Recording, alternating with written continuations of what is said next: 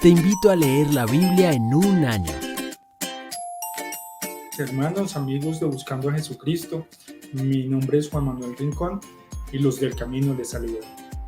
Estamos leyendo consecutivamente las Escrituras en la Nueva Traducción Viviente y el turno para el día de hoy es para Marcos capítulo 4.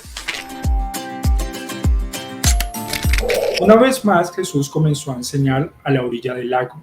Pronto se reunió una gran multitud alrededor de él, así que entró en una barca.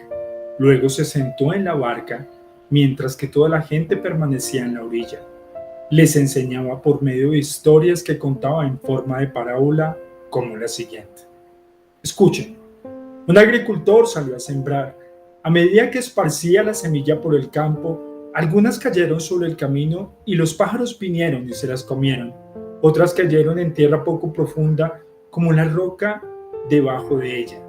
La semilla germinó con rapidez porque la tierra era poco profunda. Pero pronto las plantas se marchitaron bajo el calor del sol y como no tenía raíces profundas, murieron. Otras semillas cayeron entre espinos, los cuales crecieron y ahogaron los brotes, así que esos brotes no produjeron grano. Pero otras cayeron en tierra fértil y germinaron y crecieron y produjeron una cosecha que fue 30 y 70 y hasta 100 veces más numerosa de lo que se había sembrado. Luego les dijo, el que tenga oídos para oír, que escuche y entienda. Más tarde, cuando Jesús se quedó a solas con los 12 discípulos y con las demás personas que se habían reunido, le preguntaron el significado de las parábolas.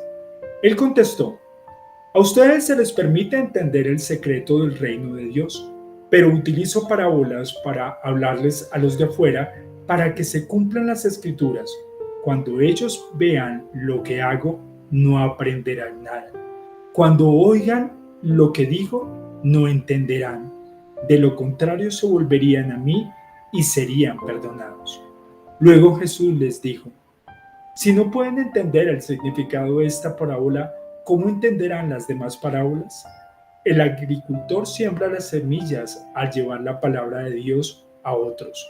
Las semillas que cayeron en el camino representan a los que oyen el mensaje, pero enseguida viene Satanás y lo quita.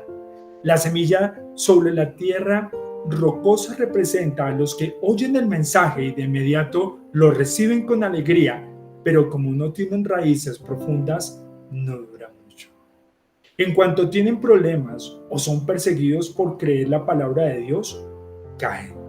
La semilla que cayeron entre espinos representa a los que oyen la palabra de Dios, pero muy pronto el mensaje queda desplazado por las preocupaciones de esta vida y el atractivo de las riquezas y el deseo por otras cosas. Así que no se produce ningún fruto. Y las semillas que cayeron en buena tierra representan a los que oyen y aceptan la palabra de Dios y producen una cosecha al 30, 70 y hasta 100 veces más numerosa de lo que se había sembrado. Entonces Jesús les preguntó, ¿acaso hay alguien que encendería una lámpara y luego la pone debajo de una canasta o debajo de la cama? Claro que no. Una lámpara se coloca en un lugar alto donde su luz alumbre, pues todo lo que está escondido tarde o temprano se descubrirá y todo secreto saldrá a la luz. El que tenga oídos para oír, que escuche y entienda. Luego agregó, presten mucha atención a lo que oyen.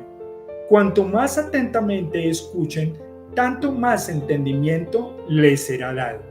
Y se les dará aún más. A los que escuchen mis enseñanzas se les dará más entendimiento, pero a los que no escuchen se les quitará aún lo poco que entiendan. Jesús también dijo, el reino de Dios es como un agricultor que esparce semilla en la tierra. Día y noche, sea el que esté dormido o despierto, la semilla brota y crece, pero él no entiende cómo sucede. La tierra produce las cosechas por sí sola.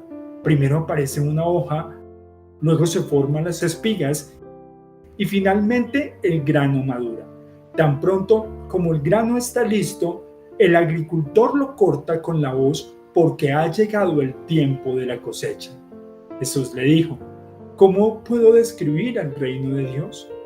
¿Qué relato emplearé para ilustrarlo? Es como una semilla de mostaza que se siembra en la tierra. Es la más pequeña de todas las semillas, pero se convierte en la planta más grande del huerto. Sus ramas llegan a ser tan grandes que los pájaros hacen nidos bajo su sombra. Jesús empleó muchas historias e ilustraciones similares para enseñar a la gente tanto como pudieran entender. De hecho, durante su ministerio público nunca enseñó sin usar parábolas, pero después, cuando estaban solas con sus discípulos, les explicaba todo a ellos. Al atardecer, Jesús dijo a sus discípulos: crucemos al otro lado del lago. Así que dejaron a las multitudes y salieron con Jesús en la barca, aunque otras barcas lo siguieron. Pronto se desató una tormenta feroz y las olas violentas entraban a la barca, la cual empezó a llenarse de agua. Jesús estaba dormido en la parte posterior de la barca con la cabeza recostada en una almohada. Los discípulos lo despertaron. «Maestro, ¿no te importa que nos ahoguemos?», gritaron. Cuando Jesús se despertó, reprendió al viento y dijo a las olas: «Silencio, cálmense». De repente, el viento se detuvo y hubo una gran calma. Luego, Él les preguntó: ¿por qué tienen miedo? ¿Todavía no tienen fe? Los discípulos estaban completamente aterrados. ¿Quién es este hombre?, se preguntaban unos a otros. Hasta el viento y las olas lo obedecen. Entonces llegaron al otro lado del lago, a la región de los Gerasenos. Cuando Jesús bajó de la barca, un hombre poseído por un espíritu maligno salió entre las tumbas a su encuentro. Este hombre vivía en cuevas de entierro y ya nadie podía sujetarlo, ni siquiera con cadenas. Siempre que lo ataban con cadenas y grilletes, lo cual hacían a menudo, él rompía las cadenas de las muñecas y destrozaba los grilletes. No había nadie con suficiente fuerza para someterlo. Día y noche vagaba entre las cuevas donde enterraban a los muertos y por las colinas aullando y cortándose con piedras afiladas. Cuando Jesús todavía estaba a cierta distancia, el hombre lo vio, corrió a su encuentro y se inclinó delante de él. Dando un alarido, gritó: «¿Por qué te entrometes conmigo, Jesús, Hijo del Dios Altísimo? En el nombre de Dios te suplico que no me tortures». Pues Jesús ya le había dicho al espíritu: «Sal de este hombre, espíritu maligno». Entonces Jesús le preguntó: «¿Cómo te llamas?». Y él contestó: «Me llamo Legión, porque somos muchos los que estamos dentro de este hombre». Entonces los espíritus malignos le suplicaron una y otra vez que no los enviara a un lugar lejano. Sucedió que había una gran manada de cerdos alimentándose en una ladera cercana. «Envíanos a esos cerdos», le suplicaron los espíritus, «déjanos entrar en ellos». Entonces Jesús les dio permiso.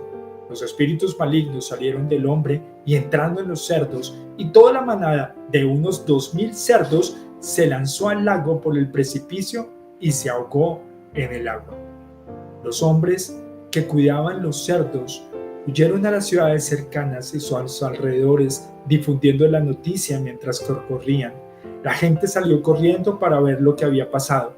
Pronto una multitud se juntó alrededor de Jesús y todos vieron al hombre que había estado poseído por la legión de demonios. Se encontraba sentado allí, completamente vestido y en su sano juicio, y todos tuvieron miedo.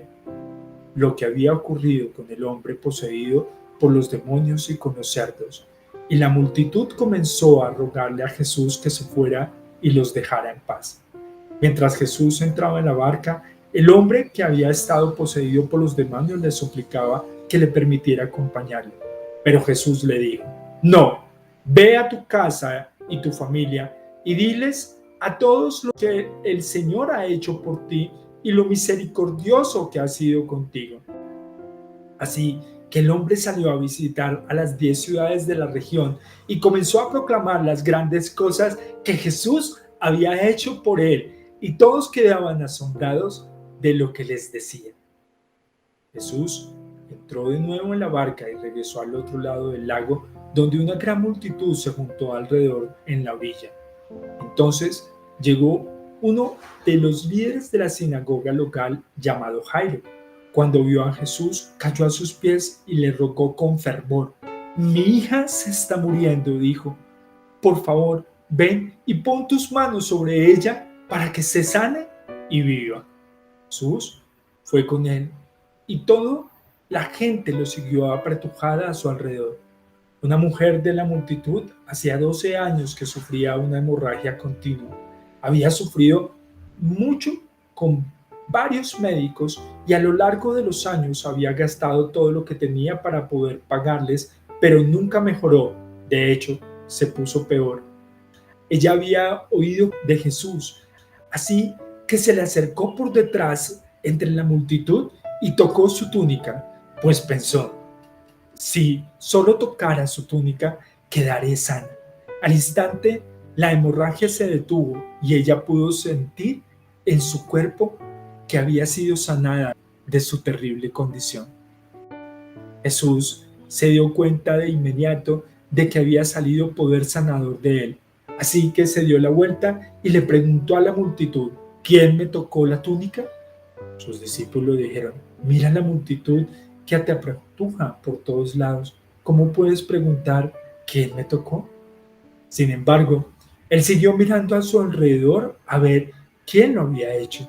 Entonces la mujer, asustada, temblando al darse cuenta de lo que había pasado, se le acercó y se arrodilló delante de él y le confesó lo que había hecho. Y él le dijo, hija, tu fe te ha sanado. Ve en paz, se acabó tu sufrimiento. Mientras todavía hablaba con ella, llegaron mensajeros de la casa de Jairo, el líder de la sinagoga, y le dijeron, tu hija está muerta, ya no tiene sentido molestar al maestro. Jesús oyó lo que decía y le dijo a Jairo, no tengas miedo, solo ten fe. Jesús detuvo a la multitud y no dejó que nadie fuera con él excepto Pedro, Santiago y Juan, el hermano de Santiago. Cuando llegaron a la casa del líder de la sinagoga, Jesús vio el alboroto y que había muchos llantos y lamentos. Entró y preguntó, ¿por qué tanto alboroto y llanto? La niña no está muerta, solo duerme.